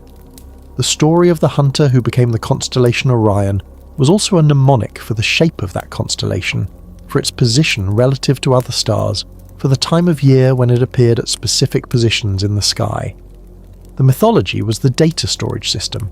The story was the database. The moon deserves its own specific treatment in any discussion of early human engagement with the night sky. The lunar cycle, the progression from new moon through waxing crescent to full moon and back again over approximately 29.5 days, was the most obvious and most practically useful astronomical cycle available to early humans, and there is extensive evidence that it was tracked carefully and used as a primary timekeeping system long before any other form of calendar recording. The earliest known examples of deliberate astronomical record-keeping are tally marks on bone. The Lubombo bone from southern Africa, dated to approximately 43,000 years ago, has 29 notches carved into it, which may represent a lunar month. The Ishango bone from Central Africa, dated to approximately 20,000 years ago, has a more complex set of notches that some researchers interpret as a lunar calendar. These objects suggest that the practice of tracking the lunar cycle through deliberate marking was established at an extraordinary antiquity. That early humans were not just observing the moon passively, but were actively keeping records of its cycle. The full moon changed the character of the night dramatically. Under a full moon on a clear night, visibility in open environments is sufficient for many activities that would be impossible in full darkness. Navigation, travel, even some forms of hunting. The full moon extended the functional day, creating a period of enhanced nighttime activity that early humans would have used and planned around. The full moon was also, in virtually every human cultural tradition, a time of particular social and ritual significance. The monthly gathering, the ceremony, the celebration, the specific activity associated with this specific phase of the lunar cycle. The full moon was the natural focal point around which nighttime social life organized itself at the monthly scale, just as the nightly campfire organized it at the daily scale. The new moon, the moonless nights when the sky was at its most completely dark, had a different significance. These were the nights when the stars were most visible, when the Milky Way was at its most spectacular, when the specific darkness that made the ritual and spiritual dimensions of the night most accessible was most complete.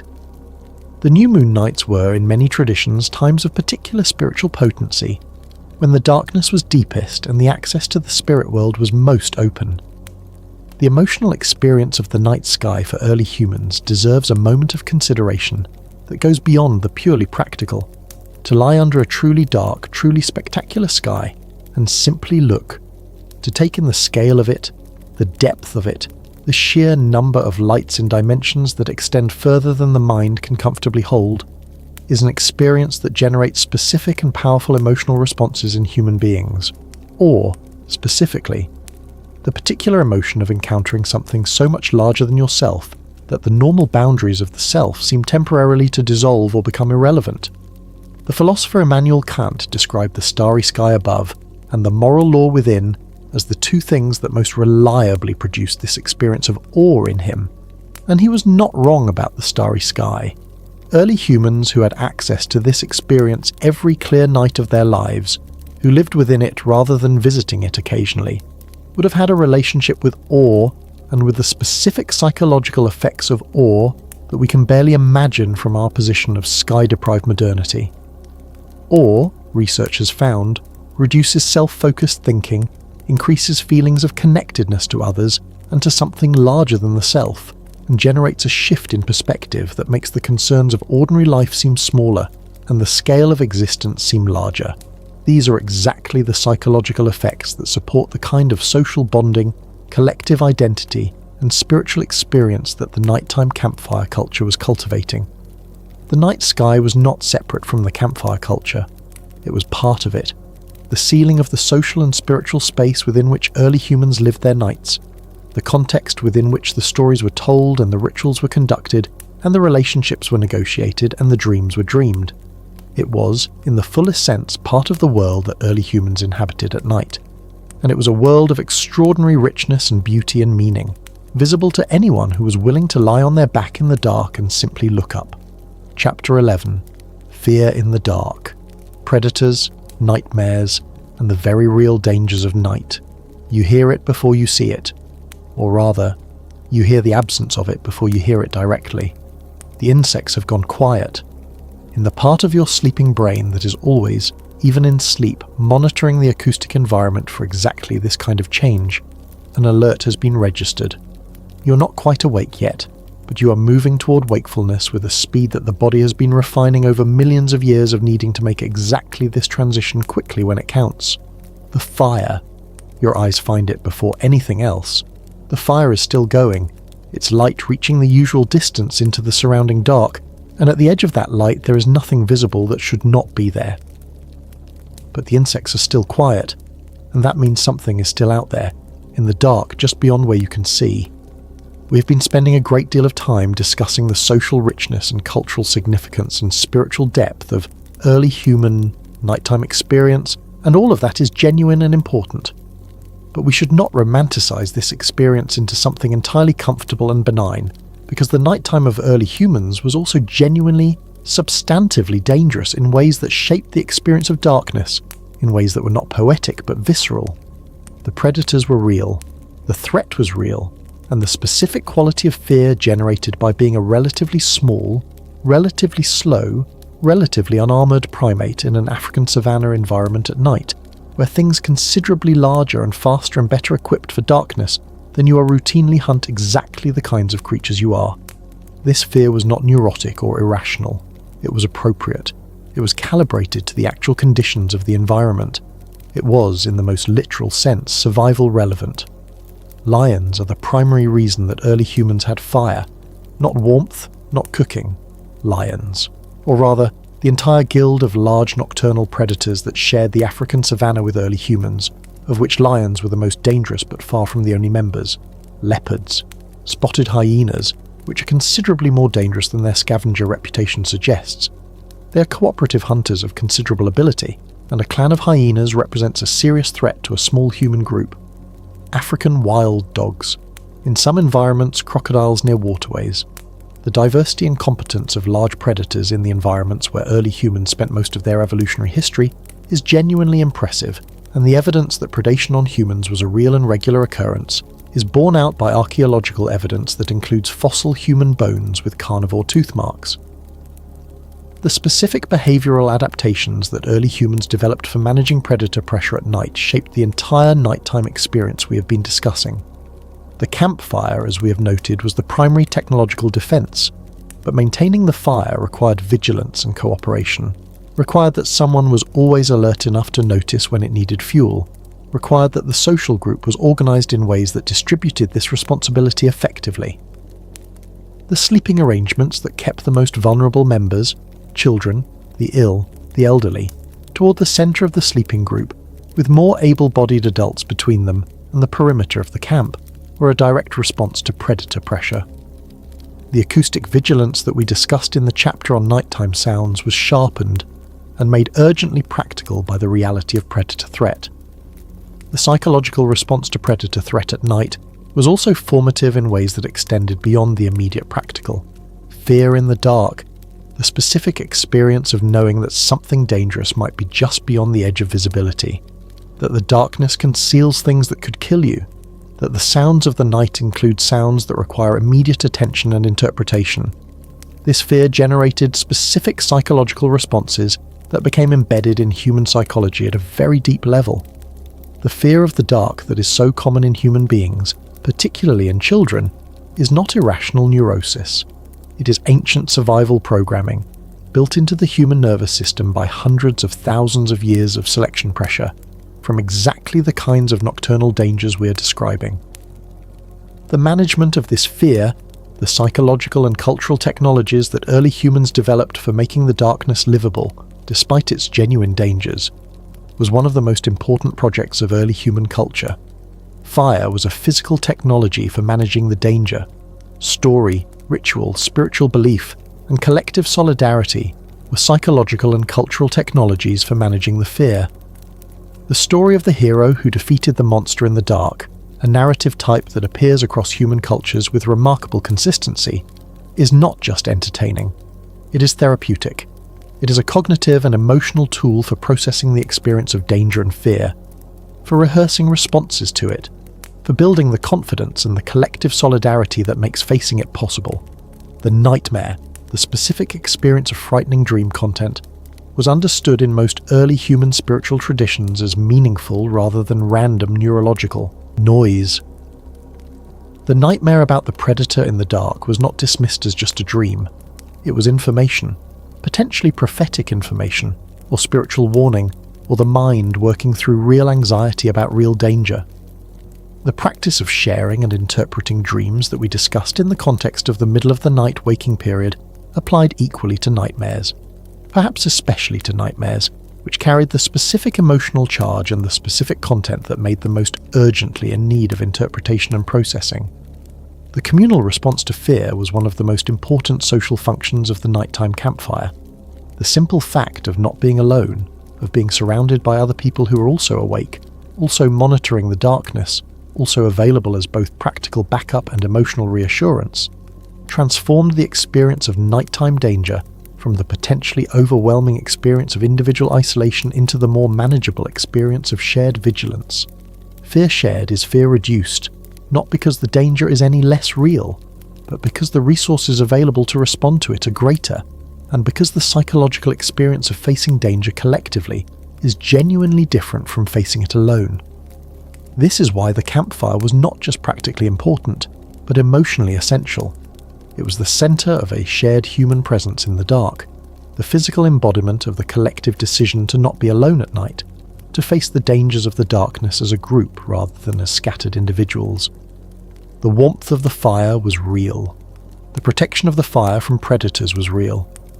But the warmth of other human beings, awake and present and aware, in the dark, that was perhaps the most important feature of the nighttime campfire of all. Not just warmth of temperature, warmth of not being alone with whatever was out there in the dark. Chapter 12.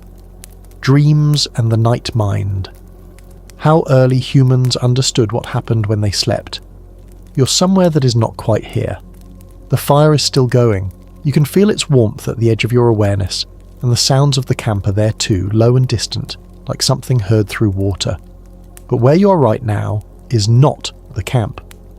Where you're right now is somewhere else entirely, a landscape that is familiar and unfamiliar simultaneously, populated by people who are present, and then gone, and then present again, in the way that makes complete sense while it is happening and no sense at all the moment you try to hold it still enough to examine it. You are dreaming. And when you wake, whether in the middle of the night, in that natural waking period between first and second sleep, or at dawn with the dream still warm and vivid in your mind, what you have just experienced will not be dismissed. It will be attended to. It will be discussed, interpreted, considered for its meaning, placed within the framework of understanding that your culture has developed specifically for making sense of the thing that happens to your mind when your body sleeps. Dreams occupy a position in the intellectual and spiritual life of early humans that is difficult to overstate and easy to misunderstand from a modern perspective. the modern secular understanding of dreams as the product of the sleeping brain processing information, consolidating memories, running through emotional material in the specific associative way that the dreaming mind produces, is a relatively recent development, and it represents one specific framework among many for understanding what dreams are and what they mean. For the vast majority of human history and the vast majority of human cultures, dreams were understood very differently. They were understood as real experiences, not metaphorically real, not psychologically real in the way that a modern therapist might describe them. Actually, literally real. The dreaming person was understood to be going somewhere, doing something, encountering beings and places and events that had genuine existence in a dimension of reality that was not accessible to ordinary waking consciousness, but was no less real for that. The dream was not a representation of reality. It was an experience of a different layer of reality. This understanding of dreams as genuine experiences of an alternate reality is documented with remarkable consistency across hunter-gatherer cultures studied by anthropologists. The Kungsan of southern Africa, the Aboriginal Australians, the indigenous peoples of the Amazon basin, the hunter-gatherer cultures of Southeast Asia and the Pacific, across an extraordinary range of cultures that have no historical connection to each other and developed their cosmologies independently. The understanding of dreams as genuine otherworld experiences appears with a consistency that cannot be explained by cultural diffusion alone. It reflects something about the actual phenomenology of dreaming, the way dreams actually feel from the inside, that generates similar interpretive frameworks across genuinely independent cultural traditions. The felt quality of dreaming is, in fact, very much like the felt quality of experience. During a dream, you're not aware that you are dreaming. You experience the events of the dream as happening to you in the present moment, with the same immediate sensory quality that waking experience has. The people in the dream are as real as waking people. The fear in a nightmare is as real as waking fear. The joy in a pleasant dream is as real as waking joy. From the inside during the dream, there is no phenomenological difference between dream experience and waking experience. The difference only becomes apparent upon waking, when the memory of the dream is immediately recognizable as different from waking memory in its texture and its logic.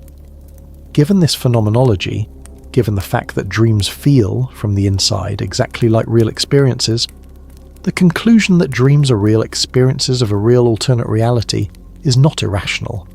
It is, in fact, the most straightforward interpretation of the available evidence. If it feels like you went somewhere and did something and met someone, the most parsimonious explanation is that you went somewhere and did something and met someone. The modern scientific understanding that all of this was generated internally by the sleeping brain requires a level of neurological sophistication that was not available to early humans, and that even for modern people requires a somewhat counterintuitive override of the immediate phenomenological impression. The practical implications of understanding dreams as real experiences were significant for early human life in ways that extended across multiple domains. Dreams were understood as a source of information about the locations of game, about the intentions of neighbouring groups, about the spiritual forces that governed weather and illness and fortune. A hunter who dreamed of finding a specific animal in a specific location might actually go to that location and hunt there on the basis of the dream information. This sounds, from a modern perspective, unreasonable, but it is worth noting that in an environment where the hunter had decades of accumulated ecological knowledge embedded in their subconscious, a dream that synthesized that knowledge and produced a specific prediction might be right with a frequency that would be difficult to explain by chance alone. Dreams were a source of creative inspiration, of new songs, new stories, new designs, new ritual forms. The experience of encountering something extraordinary in a dream, and bringing that experience back into the waking world in the form of a new cultural production, is documented across an enormous range of human cultures. The song that came in a dream, the design for a tool or an ornament that appeared during sleep, the new ritual practice revealed by a spiritual being encountered in a dream. These are real and recurring features of human cultural creativity, documented from cultures that have had no contact with each other and cannot possibly be drawing on a shared tradition of this specific practice. The role of the specialist dream interpreter, the shaman, the medicine person, the elder with particular expertise in the language of dreams, was significant in early human societies in ways that connected the individual dream experience to the collective spiritual and practical life of the group. The person who woke from a powerful dream in the middle of the night and chose to discuss it with a companion, or who brought it to the group's spiritual specialist for interpretation, was not being naive or credulous. They were operating within a sophisticated system of knowledge management, a system that used the remarkable cognitive resource of the dreaming mind as an input to the collective intelligence of the group. The specific practice of dream incubation, deliberately seeking dreams that would provide guidance, healing, or information on specific matters, was a formalized spiritual practice in many cultures, and it represents a particularly sophisticated development of the understanding of dreams as a practical resource.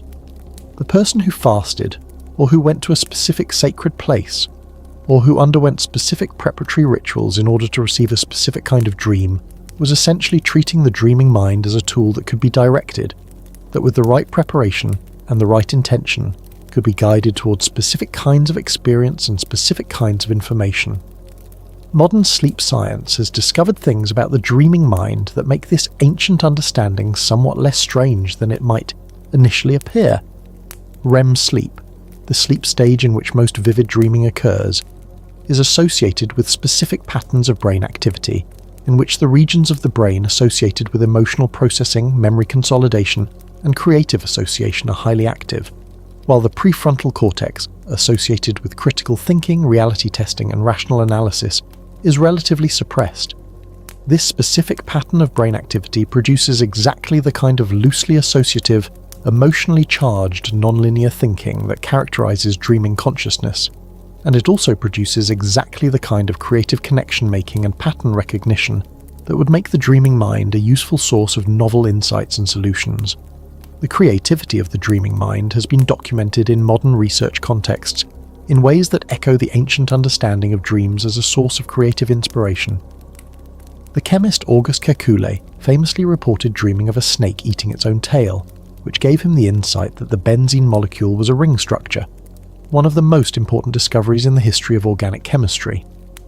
The connection between dream consciousness and creative breakthrough is real and documented, and while the ancient framework for understanding it differs dramatically from the modern scientific one, both frameworks converge on the basic fact that the sleeping, dreaming mind has access to kinds of thinking and kinds of connection-making that the waking mind does not easily achieve.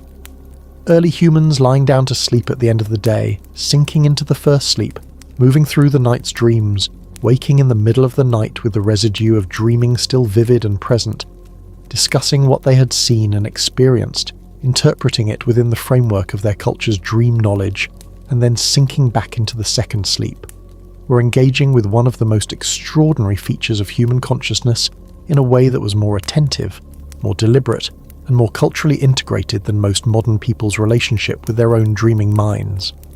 Chapter 13. Light Beyond Fire. The first technologies of artificial illumination. You are holding something in your hand. It is small enough to carry, and it is producing light. Not the variable, dramatic, socially organizing light of the campfire, but something more portable, more directed, more individual. A torch, perhaps, or something earlier, cruder, and more interesting, a lamp. The development of portable artificial light technologies that allowed individual humans to carry light with them, to project it into specific dark spaces, to create illumination in contexts where a full campfire was impractical or impossible, represents a significant expansion of early human nighttime capability, and its history is both older and more varied than most people realize. The oldest known lamps are stone or shell containers designed to hold a combustible fat or oil with a fibrous wick. Archaeological examples of these simple lamps have been found at sites dated to approximately 40,000 years ago, the same period that produced the Paleolithic cave paintings, which is not a coincidence. The extraordinary images at the deep caves of southern France and Spain could not have been created without portable light. The torches and lamps that Paleolithic artists carried deep into the earth were the enabling technology for some of the greatest artistic achievements in all of human history. The specific mechanics of these early lamps were simple but effective. Animal fat, which was a byproduct of butchering hunted animals and was available in significant quantities to successful hunter-gatherer groups would be placed in the stone or shell container. A wick made of plant fibre, moss or lichen would absorb the fat and sustain a flame when lit. The resulting lamp produced a small, steady, wind-sensitive flame that could illuminate a space of a few meters radius with sufficient light for detailed work, including the creation of the extraordinarily detailed and technically sophisticated cave paintings that have survived to astonish us 40,000 years later. Torches, bundles of fibrous material soaked in fat or resin and bound together, were a somewhat less sophisticated but more robust form of portable light, less affected by wind than the small lamp flame and capable of producing considerably more light at the cost of burning through their fuel supply more quickly. Torches and lamps together gave Paleolithic humans the ability to carry human-made light into any space they chose to enter, into caves, into shelters, along nighttime paths. They fundamentally changed the relationship between human capability and darkness, extending the range of human activity into spaces and times where firelight alone could not reach. The development of these portable light technologies also had social and psychological implications that go beyond the purely practical. A lamp is individual in a way that a campfire is not. The campfire belongs to the group. It is a collective resource, a social space, a shared responsibility. A lamp or a torch belongs to the person carrying it, or at least is under their individual control. The person who has a lamp can go where they choose in the darkness, can work on an individual project in a space separate from the collective fire, can have a kind of nighttime privacy, an individual agency that the campfire alone does not provide. This individual light also projected authority and status in specific ways. The person who could produce fire, who had the skills and materials to light a torch or a lamp on demand, had a capability that not everyone in the group necessarily possessed. Fire-making skills were not universal, and the ability to produce light in the dark was a form of practical power that would have been recognized and valued. The connection between the production of light and social authority is ancient and deep. It appears in the religious and political symbolism of cultures across the world, in the understanding of leaders and deities as sources of light in the darkness, in the ritual use of fire and lamps as symbols of divine presence and human authority. The beeswax candle, a considerably more sophisticated and convenient portable light technology, would come much later, but the basic principle of the wick lamp established in the Paleolithic would persist, with various improvements and refinements as the primary form of artificial portable light for essentially all of human history until the development of the kerosene lamp in the mid-19th century and the electric light shortly thereafter. The lamp that a medieval monk used to illuminate his scriptorium at night was operating on the same basic principle as the stone lamp that a Paleolithic artist used to illuminate a cave wall 40,000 years before. The oil was different, the stone was shaped differently, but the fundamental idea, fat, wick, flame, light, was the same. The development of portable light expanded the range of nighttime activities that were practically possible, allowing skilled work to continue after dark in individual or small group contexts, allowing exploration of spaces that were otherwise inaccessible, and creating new possibilities for the specific kinds of private or semi-private activity that required separation from the communal fire. This expansion of nighttime capability was, in its own modest way, a genuine revolution in the human relationship with darkness, the first step in a very long journey that would eventually, many thousands of years later, produce the electric streetlight and the smartphone screen, and the complete transformation of the human night that we live with today. Chapter 14. When Night Changed Everything. The Agricultural Revolution and the Transformation of Darkness. You're doing something that no human being has ever done before. Or rather, you're doing something in a context that no human being has ever done it in before, because the thing itself, tending plants, watching over growing things, managing the slow biological processes of cultivation, is not new in the sense of being invented from scratch, but the scale of it, and the commitment of it, and the way it has organized your entire life, including your nights, that is new. That is very new, and it is changing everything.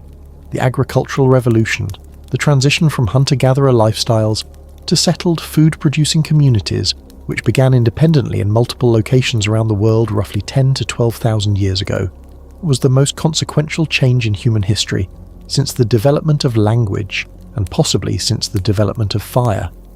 It changed the human relationship with land, with food, with time, with social organization, with property, with inequality, with disease, with population density, and with essentially every other feature of human life, in ways that were profound, irreversible, and frequently not as positive as the word revolution might imply. It also changed the human relationship with the night, and that change, which is less often discussed than the other consequences of the agricultural revolution, was significant in ways that ripple forward through all of subsequent human history. The most immediate change that agriculture made to the human night was the change in what there was to worry about. The hunter-gatherers' nighttime concerns, predators, the fire, the acoustic environment, the stars as navigation and calendar, were replaced or supplemented by a new set of concerns specific to the settled agricultural life: the crops, the stored food, the livestock. Crops represented an investment of labour, of hope, of the group's survival prospects for the coming year, that was extraordinarily vulnerable to theft, to pest damage, to the weather, to disease. A stored granary represented the difference between surviving the winter and not surviving it, and the threat of its loss, to rodents, to insects, to human raiders, was a nighttime anxiety that hunter-gatherers had never experienced. You cannot steal a hunter-gatherer's food supply because a hunter-gatherer's food supply is out in the landscape, and taking some of it does not prevent the hunter-gatherer from going and getting more. You absolutely can steal a farmer's food supply, so it is right there in the granary, concentrated and vulnerable, and representing months of accumulated labour. The protection of stored food and domestic animals became a nighttime necessity that shaped the sleeping arrangements, the social organisation, and the nighttime activities of early agricultural communities in fundamental ways. Someone had to be awake, watching the granary. Someone had to be alert to the sounds that indicated rats in the grain store, or predators among the livestock or human raiders approaching the settlement. The vigilance that hunter-gatherers had practiced collectively and somewhat flexibly, organised around the shared campfire, became more formalised and more deliberately assigned in the context of settled life with its specific vulnerabilities. The dog, the first domesticated animal, whose domestication from wolves appears to predate the agricultural revolution by many thousands of years, played a specific role in the nighttime economy of early agricultural communities. Dogs are natural alarm systems sensitive to exactly the kinds of approach and intrusion that farmers most needed to detect at night, and their presence at the perimeter of a settlement provided a layer of nighttime vigilance that extended well beyond what humans alone could maintain. The deep roots of the human-dog relationship in nighttime protection, the dog that barks at the stranger, the dog that alerts the sleeping household to the intruder, the dog that lies across the threshold and monitors what passes it, are directly connected to the specific nighttime vulnerabilities of early agricultural communities. The relationship between agriculture and artificial light is also significant. Settled communities, which had access to domestic animals and their fat, which grew plants that could be used for oil production, which accumulated the material, resources that mobile hunter-gatherers could not carry, had greater access to the materials needed for lamp and candle production than their nomadic predecessors.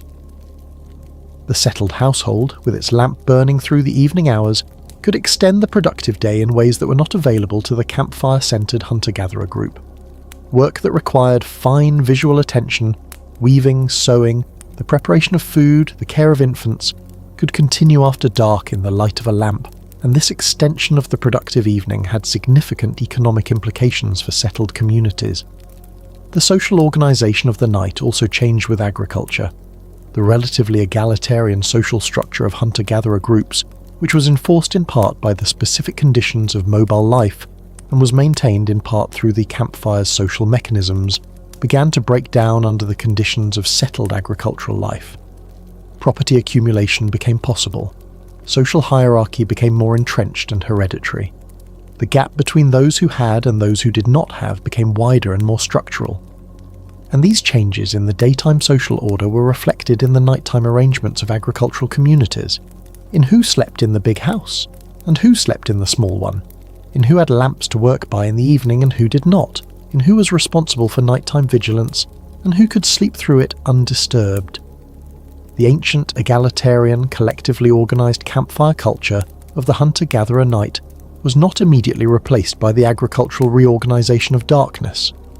These things happen slowly, over generations, and the specific features of the campfire night, the stories, the social negotiations, the spiritual practices, the collective sleeping, the middle of the night waking, persisted into agricultural communities and continued to shape the human experience of night for thousands of years. But the trajectory was established with the agricultural revolution, and it led, eventually and through many intermediate steps, to the contemporary world in which the night has been almost entirely reorganized around the demands of productivity, economic activity, and the extension of the artificial day deep into the hours of darkness. Chapter 15. What modern science has rediscovered. The return to ancient sleep. You're lying awake at 3 a.m. You have been awake for what feels like an hour, possibly longer, in the specific and deeply unpleasant state of modern middle-of-the-night wakefulness that is characterized by the conviction that something is wrong with you, that you should be asleep, that the fact that you are not asleep is a problem requiring solution, and that the harder you try to solve it, the more definitively unsolvable it becomes. You are not broken. You're not experiencing a medical condition. You're not failing at sleep in any meaningful sense. You're experiencing something that your body has been doing with complete biological normality for hundreds of thousands of years. And the only reason it feels like a problem is that the social and cultural framework within which you live has told you, firmly and consistently, that you are supposed to be asleep right now, in one unbroken block until morning, and that anything less than this represents a failure of your body to perform its most basic function correctly. This is, to put it plainly, nonsense. But it is consequential nonsense, because the anxiety that the modern understanding of sleep generates in people who experience the entirely natural middle-of-the-night waking is itself a significant contributor to the insomnia epidemic that is one of the most widespread and least well understood public health challenges of the contemporary world. The research of Roger Kirch, which we have referenced throughout this video, was transformative in its implications for the understanding of sleep, not just as a historical phenomenon, but as a contemporary one. When Kirch published his findings about the biphasic sleep pattern in 2001, and then in expanded form in his 2005 book, sleep researchers took notice. The historical evidence for the two-sleep pattern was extensive and consistent enough that it demanded engagement from the scientific community, and what the scientific community found when it looked at the question from a neurobiological perspective was revelatory. The psychiatrist Thomas Wehr, working at the National Institute of Mental Health in the 1990s, conducted experiments in which subjects were exposed to natural patterns of light and dark, approximately 14 hours of darkness per night, equivalent to winter conditions in the Northern Hemisphere, and allowed to sleep on whatever schedule their bodies naturally adopted, without the influence of artificial light or social schedules. What he found was that within weeks, subjects naturally shifted to a biphasic sleep pattern, a first sleep of several hours, a waking period of 1 to 2 hours in the middle of the night, and a second sleep lasting until morning. During the middle of the night waking period, Wehr measured elevated levels of prolactin, a hormone associated with a specific state of calm, peaceful wakefulness that is quite different from ordinary alertness. The subjects in his study did not experience their middle of the night waking as insomnia. They described it as a pleasant, meditative state, a quiet, reflective quality of consciousness that felt restful even though they were awake. This is the same quality of consciousness that Roger Kirch's historical sources described for the waking period between first and second sleep, a time of calm reflection, gentle conversation, prayer, and the particular intimacy of shared wakefulness in the dark. The implications of Wehr's research are significant and somewhat uncomfortable for the modern conception of healthy sleep. If the biphasic sleep pattern emerges naturally in human subjects when artificial light is removed and biological rhythms are allowed to express themselves freely, then the biphasic pattern is not a historical curiosity or a primitive adaptation that modern humans have transcended. It is the natural human sleep pattern. The 8-hour block of unbroken sleep that we treat as the gold standard is the anomaly, the deviation from the biological baseline that was imposed by the Industrial Revolution, the artificial light bulb, and the social organisation of labour around fixed working hours. This understanding has practical implications for how modern people relate to their own sleep. The person who wakes regularly in the middle of the night and lies awake for an hour before returning to sleep is not experiencing insomnia in any pathological sense. They are experiencing the natural human sleep pattern, which their biology is trying to express despite the cultural pressures telling it not to. The anxiety and distress that accompany this experience in modern people, the clock watching, the catastrophizing, the desperate attempts to return to sleep as quickly as possible, are not inherent to the experience of middle-of-the-night waking. They are added to it by the modern cultural framework that defines the experience as a problem.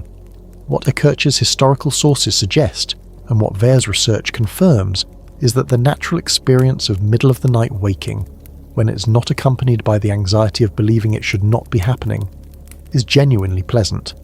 The quiet, reflective, gently conscious state of lying awake in the dark in the middle of the night, without a phone to look at or a clock to check, or an anxious internal commentary about whether you're getting enough sleep, is a state of notable peacefulness. It is the state that historical sources describe people using for prayer, for intimate conversation, for reflection on dreams, for the gentle processing of the emotional material of the day. It is not nothing. It is something quite specific and quite valuable, and the modern world's insistence on sleeping straight through it has deprived us of something that was, for most of human history, simply part of the texture of the night. The broader field of sleep science has in recent decades developed an increasingly nuanced understanding of the relationship between sleep and the conditions under which it is experienced, and that understanding has, in various ways, converged on aspects of the ancient human relationship with sleep that the modern world has disrupted. The importance of darkness for proper melatonin production, disrupted by the artificial light that modern people are exposed to in the evening hours from screens and electric lighting. The importance of temperature variation across the night, disrupted by central heating that maintains constant warmth throughout the sleeping hours. The importance of social sleeping, the presence of other bodies, other warmths, other breathings, which modern individualistic sleeping arrangements have replaced with solitary sleep that may not be as biologically or psychologically optimal as we assume. None of this means we should all go sleep outside by a fire. Modern life has genuine advantages that include not being eaten by lions, and trading those advantages for a more historically authentic sleep pattern is not a trade most people are interested in making.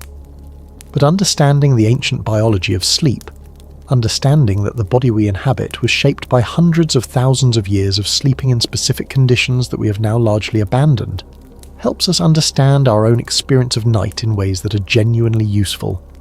It explains why so many people struggle with their sleep. It explains why the middle-of-the-night waking that plagues so many modern people is not a disorder but a feature. And it suggests that some of the most ancient human nighttime practices, the campfire, the storytelling, the gradual transition from waking to sleep, the acceptance of wakefulness in the middle of the night as normal and even pleasant, were not primitive inadequacies that modern technology has corrected. They were adaptations to the biological realities of the human body that actually worked rather well, and that we abandoned not because they were inferior, but because industrial economics required something different of us. Chapter 16. What Remains? The Ancient Night in the Modern World. You are here, right now.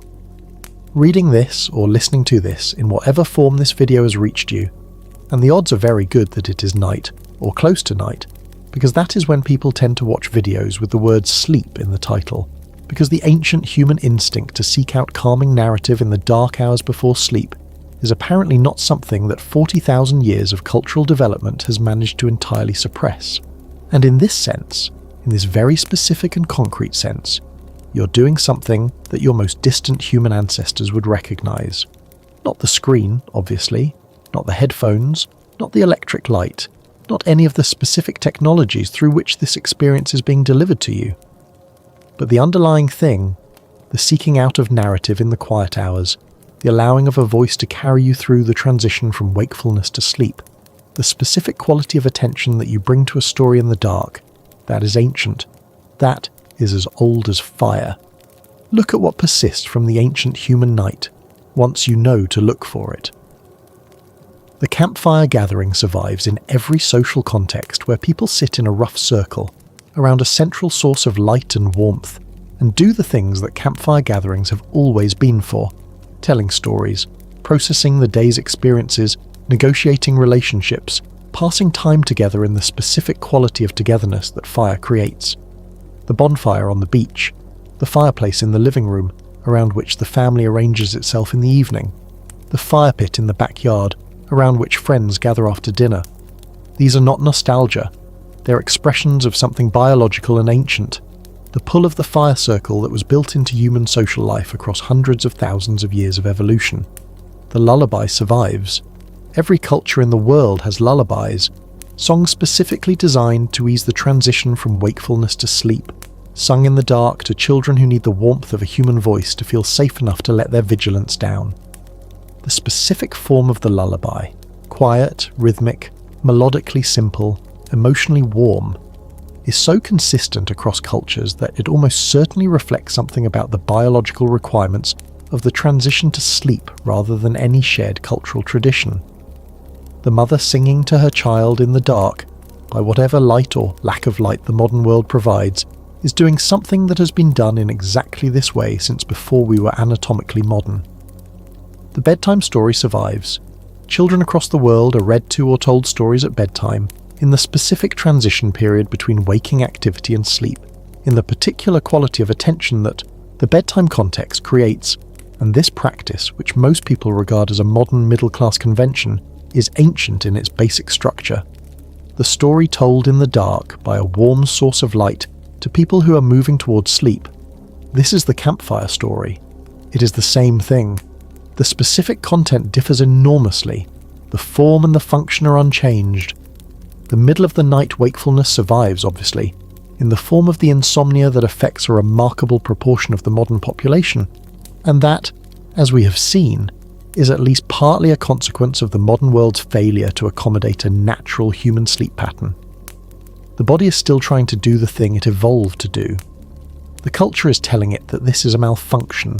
The result is misery that could, at least in part, be alleviated by simply knowing the history, by understanding that the wakefulness is normal, that it has always been normal, that the appropriate response to it is not anxious clock watching, but the quiet, reflective, gently conscious acceptance that historical sources describe as its natural character.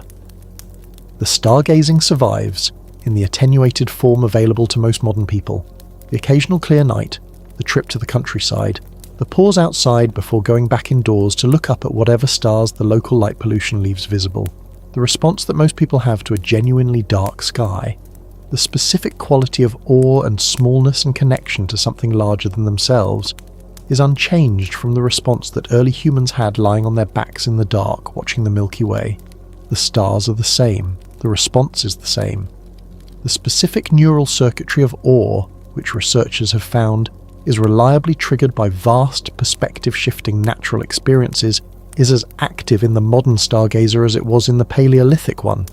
The experience has not changed, only its frequency has. The dream persists, as vivid, as strange, as emotionally powerful, as resistant to full explanation as it has always been.